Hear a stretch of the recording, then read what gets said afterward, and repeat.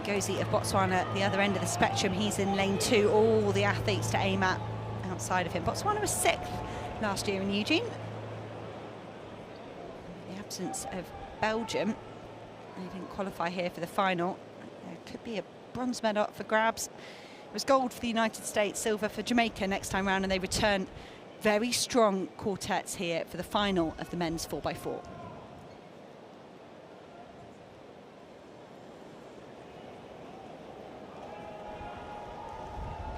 Set. And they're away, no problems. As I said, these men are going to run in isolation for this whole first leg. Sure, we will see some athletes overtake other athletes, but look how big that stagger is. The name of the game right now, pace your effort absolutely perfectly. The strong United States squad led off by Quincy Hall. He's the first man to ruin the order. He's trying to put up alongside Alex Haydock-Wilson. Haydock-Wilson, for me, just responding there, realising he's been caught by Quincy Hall. Quincy Hall was a great individual competitor, picked up a bronze medal, so he's going to be a strong lead-off leg runner for the United States, but he's stalling here, Quincy. Josie's changed the baton in his hands, he's treading water, but he is going to maybe pass the baton off in the lead. Wow, the other teams have come back into it so strongly there as Quincy Jones faded in the last 50 metres. He was really working, but it was a good effort to get past the British athlete, because Haydock-Wilson ran a mid-44s last year, but look at Norwood. Down the back straight, it's been the best season of his career. But the Jamaicans are beginning to close with Rashawn Clark, and look at this. Coming round the outside, the French. What a storming leg by Biron. There was me saying the French had left their best runners on 3rd and 4th, but Biron holding on to 2nd place here. It's going to be a messy changeover behind. This is why you want strong runners at the start. Quincy Hall did manage to hand that baton over to Vernon Norwood. He's run supremely well. He jumps off onto the infield, very nimble. Good running here from Great Britain and Northern Ireland. They've got themselves just ahead of the French team in that changeover. They must have had a smooth changeover. Lewis Davey at the moment giving chase to Justin Robinson, trying to gauge his effort correctly. The Frenchman David Sombe has got Lewis Davis here, and Lewis Davis is pulling the rest of the field back into it. The Americans will be strong. They're always strong in the 4x4, but look at the Jamaicans on the charge. Zamjian Barnes on their 3rd leg here, and they've got the individual champion, Antonio Watson, to come. This is really good running here by the Americans, and the French are not out of this. Sombe moving clear into 2nd place. And the Americans have Rai Benjamin on the anchor leg, and they will expect him to fly. Antonio Watson has got a big old job to do here. You can see the yellow vest of Jamaica in 4th place at the moment. The Americans look home and dry. Rai Benjamin is so strong in the 4 hurdles, and I think that's exactly what you want on this 3rd and final leg. Someone that's not going to crumble in the last 100 and the last 50. Rai Benjamin has gone through the 200-metre mark. It's the French team giving strength, giving chase. Thierry Dant ran so well to qualify for them for this final. Watson pulling up alongside Rio Mitchum. Mitchum was part of the squad that picked up a silver medal in the mixed 4x4, and Mitchum at the moment holding off Watson. The individual champion is going to be a gold for the United States, a silver for France. Nobody would have predicted that, and another global medal for Lewis Davis and Rio Mitchum, a bronze for the men in the Great Britain squad. I was watching the clock there. I wasn't sure perhaps whether we'd see a new world record 30 years on from that amazing quartet in Stuttgart. Not quite the world record, but a really, really good run by the Americans. Fabulous strength by Rio Mitchum on the anchor leg, because Antonio Watson worked really well to catch him, but he burnt all his energy in the first 200 metres, and the French front-loading their race with Vaillant and Biron. Vaillant ran brilliantly, and the French thoroughly deserved that silver. An excellent run from them, and that is why they're celebrating. Félicitations to the French.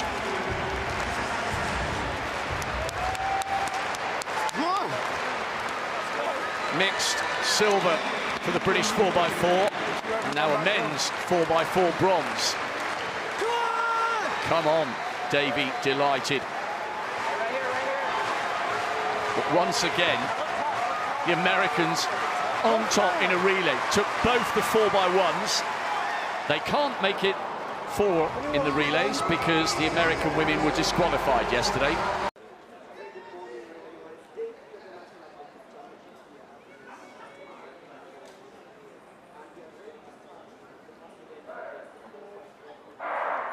Basi shindano limeanza maridadi kabisa. In lane 7, South Sudan still leading there, followed closely by Uganda. That was unfortunate. That's a blow for Uganda. That's a blow for Uganda. Now we have the two teams still leading. Coming now here is Kenya. Coming Zambia Nekwam leading Kenya A. Followed closely by Botswana and South Sudan.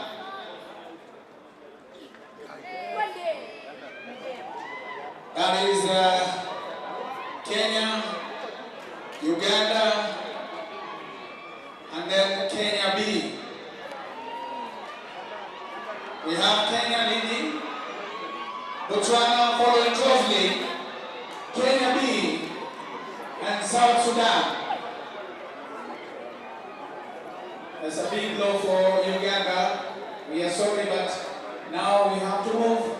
Still leading ni timu ya Kenya. Wananchi wa Kenya wako wapi? Kiangalia vijana wenu wanapenda kuhusu kwa michezo ya ulimwengu. Wanakuja Botswana. Botswana na Kenya. Tuwashangilie tafadhali ili waweze kufuzu kwa mashindano ya ulimwengu tafadhali. Tuwashangilie. That is Botswana, Kenya. Botswana now leading. That is Kenya, Botswana leading. That is Botswana leading, Kenya number 2, and then Kenya B number 3. Now you can see the battle. That is Botswana leading, Kenya number B, Kenya A, and then Kenya B. Huku nyuma South Sudan. Washangilie wa Kenya.